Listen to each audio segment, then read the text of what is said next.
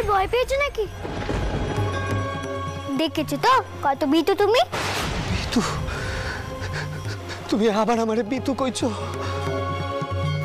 তবে পুজো করে দেখো না বাপু কালীঘরে, তবে বুঝবো তোমার সাহস আছে।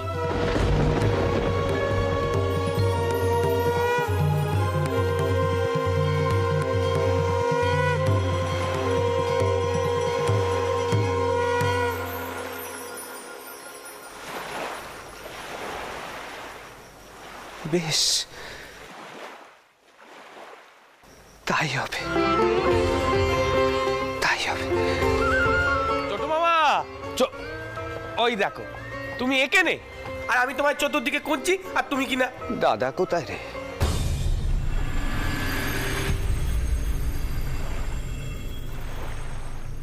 শুধু দেখিনি দাদা রে।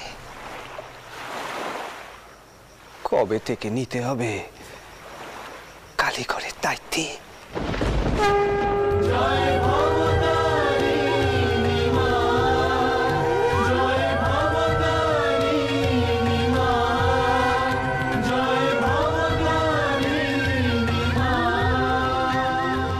আমিও দেখিয়ে দেবো আমি বিতু নই, বিতু নই।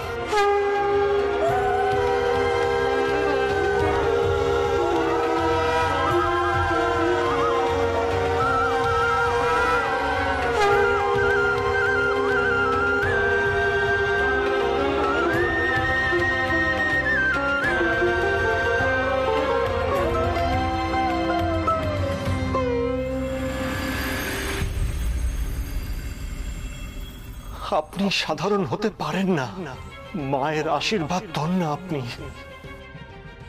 মায়ের ইচ্ছে এক বিরাট যজ্ঞ হচ্ছে এই পৃথিবীতে। এই যজ্ঞ ধর্ম স্থাপনার যজ্ঞ। হয়তো আমি জীবিত থাকবো না, হয়তো আপনিও থাকবেন না, কিন্তু সেই ধর্ম স্থাপনা হবে।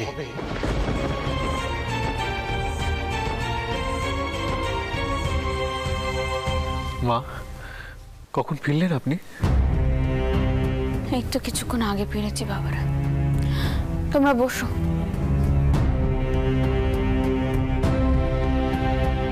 তোমাদের সাথে আমার কিছু কথা কইবার আছে।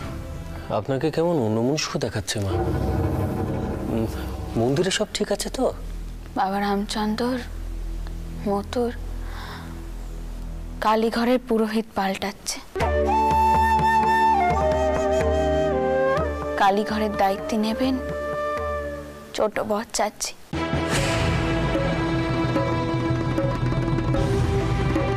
গতকাল তেনার শক্তি মন্ত্রের দিকেও হয়ে গেছে। কিন্তু মা, এই সিদ্ধান্ত আমাদের নয় মতুর, এই সিদ্ধান্ত তো মা অবতারিণীর। তিনার নির্দেশেই তো সব কিছু হচ্ছে। এ বিষয়ে এর থেকে বেশি আমার পক্ষে কিছু করা সম্ভব নয়। মা কিন্তু আপনি তো বললেন ছোট ঠাকুরের শরীর খারাপ, তার গায়ে প্রবল জ্বর শুনলাম। তো এসব কখন ঠিক হলো? আর রামকুমার বাবু কালীঘরের দায়িত্ব এতটা ছেড়ে দেবেন তা তো জানতাম না। উনি তো বলেছিলেন কারোর উপর ভার দিতে চান, কিন্তু আমরা তো ঠিক করেছিলাম যে। আমি তো কইলাম মতুর, এই সিদ্ধান্ত আমাদের নয়। এই যে মা ভবতারিণী দিচ্ছে, আমি শুধু চাই ছোট বচ্চাজির পুজো করাটা যেন সকলে দেখে। সেদিন যেন দলে দলে ভক্তরা আসে, তারা প্রসাদ পায়। একখানা বড় করে পুজোর আয়োজন করতে হবে, বুঝলে? আর রাধা গোবিন্দর মন্দিরের জন্য অন্য পুরোহিত নির্বাচন করতে হবে। মা, একখানা কথা বলবো? আপনি অপরাধ নেবেন না, কিন্তু এই সিদ্ধান্ত অন্য পুরোহিতরা মেনে নেবেন তো?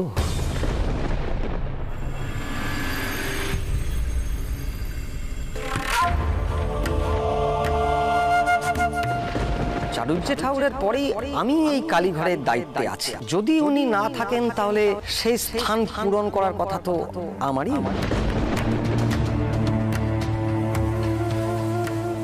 তেমন হলে তেনাদের সাথেও কথা কইতে হবে, কিন্তু মা ভবতারিণীর ওপর আমাদের কথা যে খাটেনি। মতুর, তুমি দেখো পুজোয় যেন কোনো ত্রুটি না থাকে। সামনে অমাবস্যায় পুজো হবে, সেই দিনই কিন্তু প্রথমবারের মতো আমরা ছোট ঠাকুরের মুখে মায়ের মতো শুনব, জয় মা। দিদমা, দিদমা, দিদমা তুমি এ ঘরে? দিদমা, দক্ষিণেশ্বরের পুরোহিতরা এখানে এসেছেন, ওনারা তোমার সঙ্গে কথা বলতে চাইছেন, ডাকছেন তোমাকে। কি? তেনারা এখনই চলে এসেছে? তবে মায়ের পুজোর কি হচ্ছে? আশ্চর্য তো। কে খেয়েছে? দাঁড়ান মা, আমি কি দেখছি। আটামশাই, আপনি মাকে নিয়ে পরে আসুন।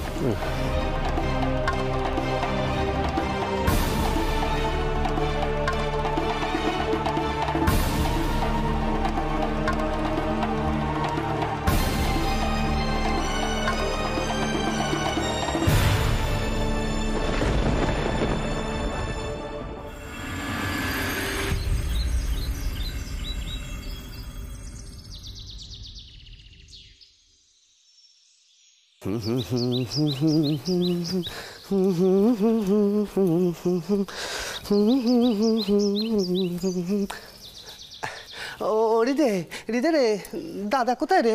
দাদা কোথায়? সকাল সকাল নিয়ে দুয়ে চলে এলুম, তা কোন ঘরের পুজো সামলাবো? দেখো ছোট মামা, এই হৃদের তোমাদের দুজনের এই হেয়ালি আর সহ্য হচ্ছে না বাপু। বড় মামা নিজেই কইলো তোমাকে কালীঘরের বার নিতে। এখন বড় মামা কোথায় গেল কে জানে। বড় মামা রোজ সকালে ওই গড়ের পেছনের বাগান থেকে যে কি ঘন্টা ধরে জবা ফুল তোলে সে আমি জানি না বাপু, আমাকেও সাথে নিতে চায় না। আর তুমি তোমার কান্ডি কারখানা আরো গোলমেলে। কাল পর্যন্ত ওই কালী পুজোর কথা শুনে তুমি পালাতে, জ্বরে বললো, আর আজ কি এমন হলো যে সকাল সকাল নেতে চলে এলে, তাও কালীঘরের জন্য? ওরে এই কথা আমি ভাবলাম কি না কি।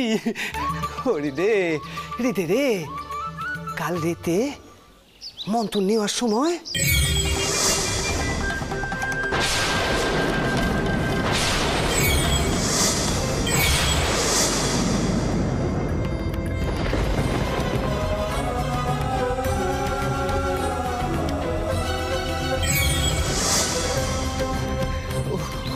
আমি তোরে বুঝিয়ে কইতে পারবো না রে, বুঝিয়ে কইতে পারবো না। তাছাড়া তাছাড়া ওই যে মেয়েটা, ওই মেয়েটাও তো আমার বিতু কইলো। হ্যাঁ, বিতু কইলো তো। তা কি করি তুই কয়? তা খুব বুঝিয়েছ তুমি, আর বুঝে কাজ নেই আমার। এই দেখো রাগ করছিস। গদাই ঠাকুর, গদাই ঠাকুর, শরীর কেমন আছে? জ্বর সেরেছে তো? হ্যাঁ, তা বলছিলাম কি, গোবিন্দ ঘরে আজ কে পুজো করবে, হৃদয় ঠাকুর না তুমি?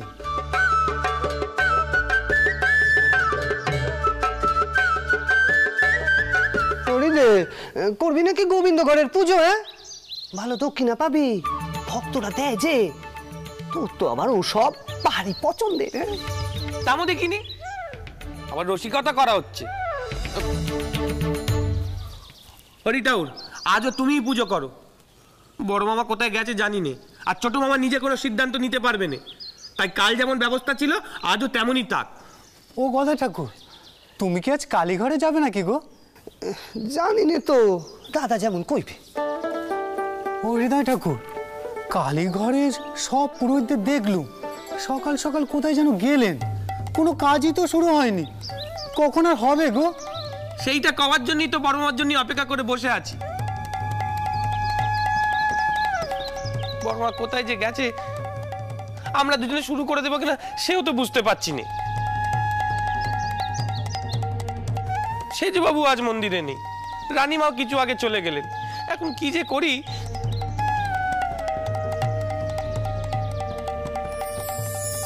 হরিদে অপেক্ষা কর, দেখবি সকলে আসবে।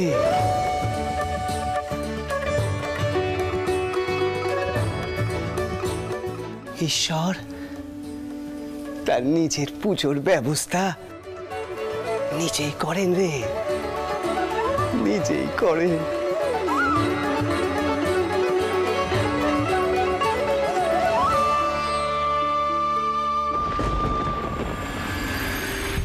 মন্দিরে এসব কথা হয় না সেজবাবু, তাই আমরা জানবাজারে আর্জি জানাতে এসেছি।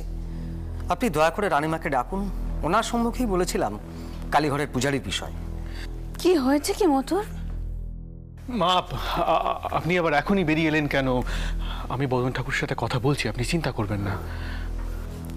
আমি চলে এসেছি বদনটা, আপনি আমাকেই কইতে পারেন কি হয়েছে। রানীমা, আমরা আর কালীঘরে কাজ করতে চাই না, সেই কথাটাই জানাতে এসেছি। শুধু আমাদের বিদায় দিন আগে। এই কথা কেন উঠছে? কেন চলে যেতে চাইছেন আপনারা? আগে হাজার হোক আপনারা আমাদের অন্নদাতা, আপনাদের সামনে বেশি কথা চলে না। আমি বলছি, এখানে বোধহয় সবাই জানেন ছোট ঠাকুর যদি কালীঘরের দায়িত্ব নেন তাহলে এনা কেউ থাকবেন না। কি দায়িত্ব বদন ঠাকুর? আগে সেটা কি দোষের? ও দিদি, আরে এসো নে তুমি। ওই দেখো মন্দিরের পূজারীরা সব কেমন নালিশ জানাতে এসেছেন গো। বদন ঠাকুর, আপনারা তো এখনো ছোট বচ্চাজিকে পুজো করতে দেখেননি, আর আমাদের তরফ থেকে তো এসব কথা আপনাদেরকে কওয়া হয়নি। তাহলে আপনারা কোন যুক্তিতে কালীঘর ছেড়ে চলে যাচ্ছেন কইতে পারেন? আগে মন্দিরে কানাঘুষো তো চলছিলই, আর আজ এখানে আসার আগে হরি ঠাকুরের মুখে শুনলাম গদাই ঠাকুর নাকি কালীঘরে চলে আসবেন। আর সকলেই জেনে গেছেন যে চাটুর্য ঠাকুর তার পরিবারের বাইরের কাউকে এই কালীঘরের দায়িত্ব দেবেন না। তো সেক্ষেত্রে কি আমাদের এখানে থাকা চলে রানীমা? কিন্তু রামকুমার বাবু তো কোনোদিন এমন কথা বলেননি। এমন সজ্জন মানুষকে কি করে আপনারা ভাবলেন জটিল? তিনি যদি চাইতেন তাহলে প্রথমেই তার ভাই বাগনাদের চাকুরির কথা বলতেন, কিন্তু তা তিনি বলেননি।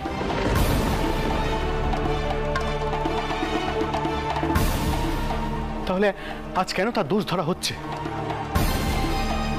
বা আপনি কিছু বলুন। বদন ঠাকুর, দক্ষিণেশ্বর মন্দির আমার কাছে শুধু ইটকাঠ পাথরের তৈরি কোনো মন্দির নয়। ওই মন্দির হলো আমার মায়ের বাসস্থান। আমার মা ভবতারিণী সেই সাম্রাজ্যের সম্রাজ্ঞী। তিনি যাকে বেছে নেবেন তাকে কি আমরা আটকাতে পারি?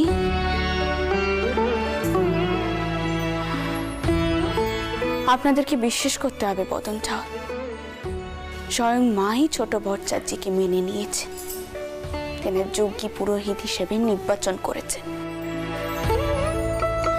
তা না হলে অজান্তে এমন কোনো ভুল করে বসবেন যার ফল হয়তো ভালো নাও হতে পারে। রানীমা, আপনি আমার অন্নদাত্রী, আপনার সিদ্ধান্ত নিয়ে প্রশ্ন করা চলে না, তাই তো আমি মুক্তি চেয়েছি। কিন্তু মায়ের রাজ্য তো এমন অবিচার চলতে পারে না। চাটুর্য ঠাকুর যথেষ্ট জ্ঞানী মানুষ, কিন্তু তাই বলে তার ছোট ভাইয়েরও সেই জ্ঞান থাকবে সেটা কি ভাবা উচিত? পুজো তো দূরে থাক, উনি সঠিকভাবে মন্ত্র উচ্চারণ করতে পারবেন তো? আমার তো মনে হয় না। তারপর তো কোনোদিন ইচ্ছা হলে উনি হয়তো পুজোই করলেন না, হয়তো কালীঘরে জীবন্ত কাউকে দেখে ভয় পেয়ে গেলেন, মন্দিরের ধারে কাছেই এলেন না। এই ঘটনা তো আমরা আগেও দেখেছি। আমি যদি কিছু ভুল বলে থাকি তাহলে আমাকে ক্ষমা করবেন রানীমা। সেই কারণেই তো সামনের অমাবস্যার দিন বড় করে একখানা কালী পুজোর আয়োজন করছি। সেই দিন প্রথমবার ছোট বচ্চাজি পুজো করবেন। সেদিনই দেখবেন না হয় তিনি কেমন পুজো করেন। তা গদাই ঠাকুর পুজো করতে আসবেন বলে মনে হয় আপনাদের? বদন ঠাকুর, আর তো মাত্র কটা দিন, দেখাই যাক না গদাই ঠাকুরের পুজোর দৌড় কত। আমি বলছি আপনাদের, সেদিন পূজায় যদি কোনো গোল বাঁধে তাহলে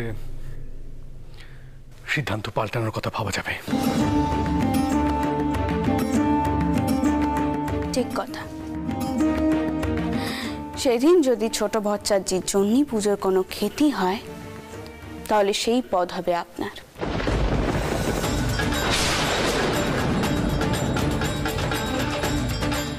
মা যদি তাই চান তাহলে তাই হবে। শুনলেন তো আপনারা, এবার ফিরে যান, পুজো দেরি হয়ে যাচ্ছে।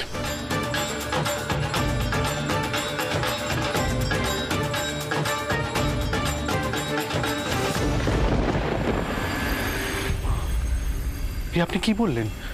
বদন ঠাকুর হবেন প্রধান পুরোহিত? এ আবার হয় নাকি?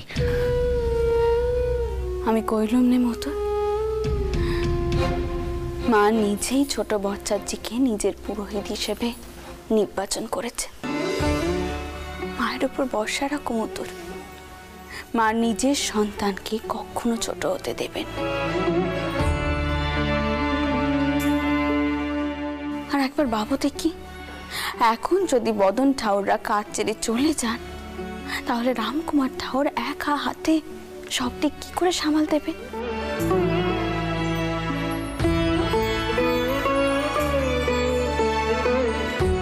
এখন চলো দেখি, কালী পুজো নিয়ে অনেক কথাবার্তা আছে, চলো। মা,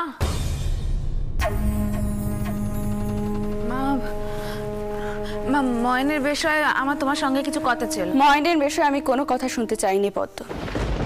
সে আমার কথা অমান্য করেছে, তাকে আমি এত সহজে মাফ করব না। এই কথাখানা তাকে জানিয়ে দিও। চলে এসো মতো।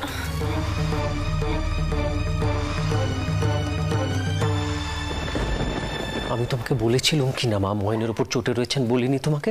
এবার দেখলে তো এর ফল যে কি হতে পারে। মা ময়নকে ত্যাগ দিতে পারেন, কথাটা ময়নকে বোঝাও তুমি।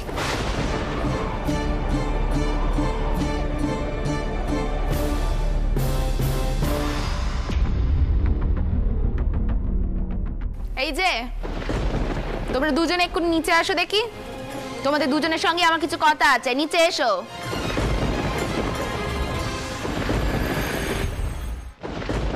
বউ, আমি তো তোমাকে বহুবার কয়েছি বাইরের মানুষেরা বাড়িতে এলে বাইরে বেরোবে না।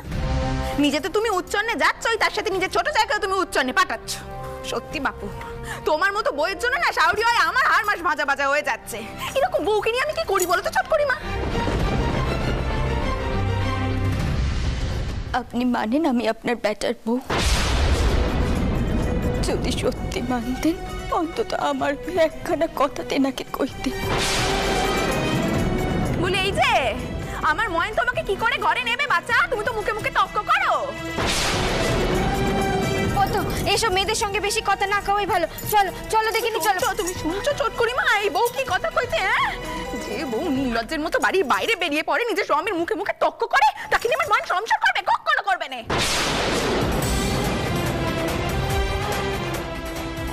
কইছিলাম কি ব্যাটার জন্য অন্য বউ আনো পদ্ম, তবে এই বউ শায়েস্তা হবে।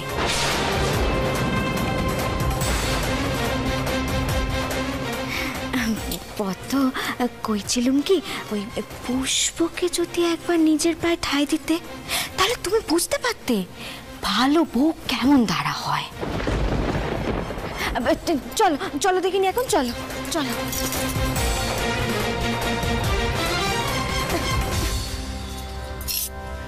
বৌঠান দাঁড়ান, আপনি কোনো দোষ করেননি বৌঠান। অন্যায় হলে তার প্রতিবাদ তো করতেই হবে। বৌঠান, আপনি যা বলেছেন একদম ঠিক কথা বলেছেন। আমি কি করলাম ঠাকুরপো, কি করলাম আমি? একে আমার পোড়া কপাল, তাও নিজের হাতে সব শেষ করে দিল, সব শেষ করে দিল। দিদি, তুমি কেন বলো তো শুধু শুধু অতগুলো কথা কইতে গেলে? এখন কি হবে বলো তো? আচ্ছা আচ্ছা, আপনারা কেন বারবার এসব কথা বলে নিজেদের ছোট করছেন বলুন তো? আচ্ছা, আপনাদের তো জীবনে কিছু চাওয়ার থাকতে পারে, সেটা আপনারা কেন ভাবতে পারেন না? আশ্চর্য। দিদি, দেখলে দেখলে উনি কেমন দ্বারা আমার উপর রেগে গেলেন। আচ্ছা তুমি কও তো, আমি কি দোষ করলুম? যেদিন বুঝবি অল্প কেন রেগে গেছে, সেদিন দেখবি স্বামীর গপ্পে তোর মন ভরে উঠবে। ঠাকুর মেয়েদের কতখানি মান দেয় তা তুই বুঝবি না। তোর বাসুর ঠাকুর যদি তার এক ভাগ দিতে, আমার জীবনখানা এমন দাঁড়ানো হতো না, এমন দাঁড়ানো।